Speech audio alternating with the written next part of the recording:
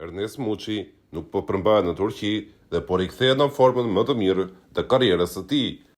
Pas një vetore të dështuar te Beşiktashi, sulmuesi shqiptar tashmë është pjesë e Trabzonsporit dhe po rikthehet në nivelet më të larta.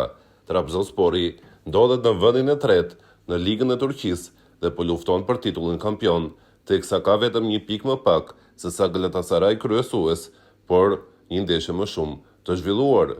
Pas 2 supergolave të realizuar në ndeshjen e fundit, Ernest Muçi është kthyer sot për të realizuar edhe një tjetër gol me Trabzonsporin kundër Konyasporit, një ndeshje përfunduar në shifra 3-1, ndërsa Ernest Muçi ishte padyshim protagonisti kryesor. Në golin e parë, futbollisti shqiptar fitoi penalltin, ndërsa në golin e fundit të takimit realizoi një gol fantastik nga distanca nëpërmjet një goditje dënimi, atje ku nuk i la si mundësi portierit kundërshtar për të reaguar.